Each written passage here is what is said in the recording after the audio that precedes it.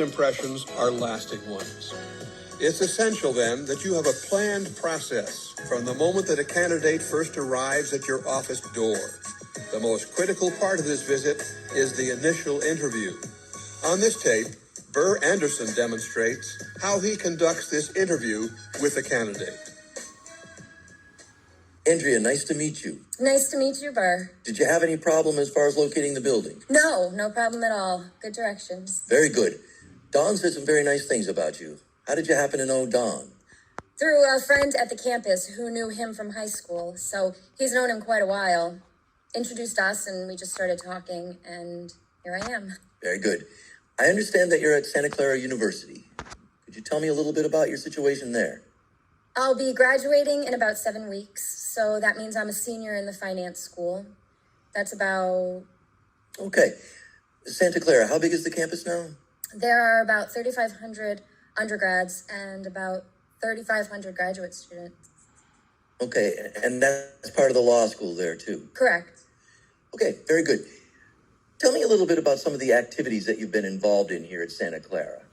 I was involved in an off-campus student association where basically we tried to organize events for the off-campus students to feel at home on campus and to get to know the on-campus people.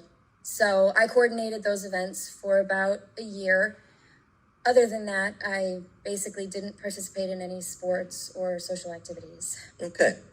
At school presently, how is the finance being handled? Are you working while you're also attending Santa Clara? I do work.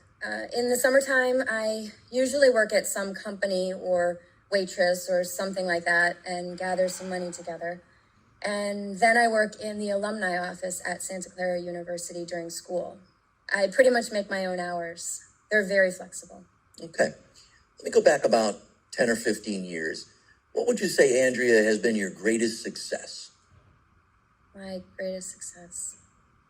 Probably one of my greatest successes is that the first time I applied to Santa Clara University, I did not get in. Based on the high school that I went to, which was a Catholic high school, it does not have a good reputation and Santa Clara does not like it. So I had to kind of fight for my way to get into the school, and I had to fight my way back into the business school. So I think those battles were probably the biggest successes I've had in my whole life right now. All right. Well, let me flip the coin over now. What would you identify as being your greatest failure up to this point in your life? I don't have any failures. No. That's a hard question. I don't know. I really wouldn't consider anything I've done a failure. I wouldn't do anything different if I looked back on it. Of course, you get into trouble now and again, but nothing too serious. Okay. And going back to school activities, what activities on campus while you've been going to college have been the most satisfying to you? A lot of times, because of the alumni work that I do, we have a lot of alumni functions that I get to go to and make connections. Right now it's nice because I get to meet a lot of people that I could interview with for jobs that I'll be wanting to go into in 6 or 7 weeks. So that activity itself has been rewarding to me to be in. And then, of course, the off-campus student functions are mostly social functions, and so they're just a lot of fun. We get together and have a good time with a lot of friends, and that's kind of what college is supposed to be about. Okay, very good. What would you say is your career strength? Andrea, what is the one characteristic about you that will make you float to the top and be number one? What's your strength? I'm pretty much a driven person. So once I get involved in something, I need to do it and I need to do it correctly. If there's any sight of negative, then I have to correct that and make it into a positive. And it just has to do with the competitive spirit that I have. I was a gymnast for 14 years, so I learned a lot of discipline in those years. Okay. Did you carry gymnastics into college at all? They don't offer gymnastics, so my sports weren't offered at Santa Clara. I see. In addition to that one strength that you talked about, can you identify any other career strengths that you might have? One that I think has shown through some of the work that I do is that I'm good at working with people and getting people involved in doing different things, whether they want to or not. It just somehow evolves. So socially, I think I can handle myself in a working environment. Okay, let's talk about improvement opportunities. Any particular characteristics about you that have a tendency to slow you down? Your improvement opportunities? Well, of course there are. Basically, one that will slow me down is I'll also, in a way, get feeling kind of commonplace with what I'm doing and stay at that level for a while. I need to have someone kind of push me along and bring me to reality and say, you know, you could do better, so I will. Just sometimes I get into those little lulls. Okay. Any other improvement opportunities? Things that you would like to improve on in the next year or so that might slow you down in a business setting? Maybe a little bit of confidence. Being out with a lot of people who have been out in the work world for a while, having the tendency to let them tell me what to do might create a problem. I don't know. I could see that creating a problem, but I think I could work past that. But you never know until you try. Okay. At college, who was your best friend? Who's my best friend? A gal by the name of Linda Kalchik. Linda. Okay. If I were to ask Linda to describe you using 5 adjectives, what would those 5 adjectives be? Probably energetic, competitive, aggressive when I want something, she would say. Happy and, I don't know, easygoing, lighthearted. All right. What type of position do you feel out in the career world might interest you? At this point, I'm just interviewing around. I'm not really sure what I'm interested in. I'm looking at this industry only because I kind of grew up in this industry. I have a father who has been in it for 35 years, as well as the investment world. I'm also looking at being more of a controller type position at corporations and looking at a corporation. So right now, I know that I've always liked to be independent and I'd like to run my own company, but who knows what that would be. So I'm just seeing what's out there. Okay. What do you know about this particular career? What do I know? Not a lot. Is it true the rumor is that you wouldn't have any friends if you joined? I don't know much about the products. I know names of them. I don't know what that means or how they work or operate. So I don't know. That's why I'm interviewing. For a position or career opportunity in our field, what do you feel that the requirements might be for this type of position? Requirements.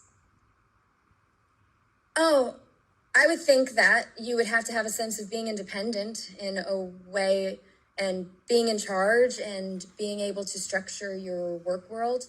Since I guess my understanding is no one really does that for you, although there is guidance in the beginning.